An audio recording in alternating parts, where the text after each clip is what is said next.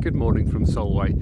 It's the last day of the Hadrian's Wall Community Archaeology Project dig down here, and the sun has come out and the wind has died down, and it's an absolutely glorious morning. So I've come down here to the end of the Solway Junction Railway, which stretches across behind me across to Annan, and links together the Carlisle and Maryport Railway, and it was demolished sometime in the 1930s.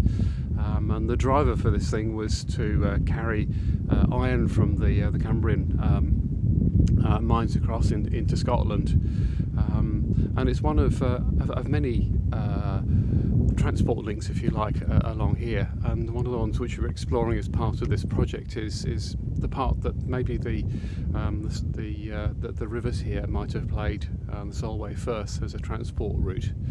And you can see behind me that this is where just a little bit downstream of where the River Esk and the River Eden join together to form the Eden Channel, which goes out into the Solway Firth.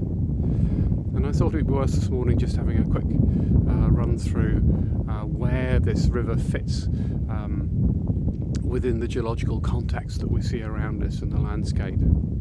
So the whole of the basin that we see around us here is based on Permo-Triassic rocks, which form the centre of this basin, gradually getting younger and younger into the middle of this syncline, then going outwards to the edge behind me towards Carlisle, going up into the Permian, and then circled around by a rim of Carboniferous rocks. And in the distance behind me, going through to Carlisle and round into the Eden Valley, the syncline continues down the Eden Valley. And the Carboniferous rocks rise behind me, going into the Tyne Valley, up onto Carrickfell and the Geltstale Forest, and also as a thin rim around on the other side. And the whole of that basin is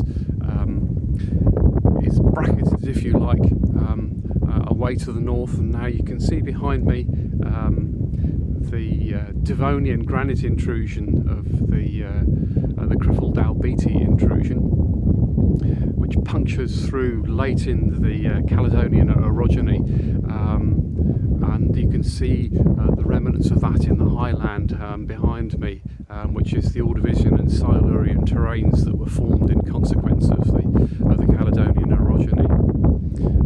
And if we turn right the way around, we can see back through the Solway Firth, looking back up towards Carlisle, and then hidden behind me, back up the railway,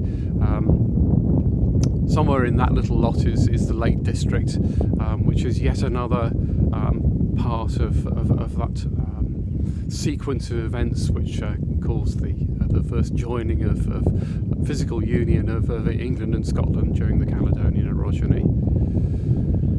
So that's just a very quick summary of the way in which the landscape fits together here. And I think it's time now to go back and get some breakfast and get back up to the big dig a little bit later.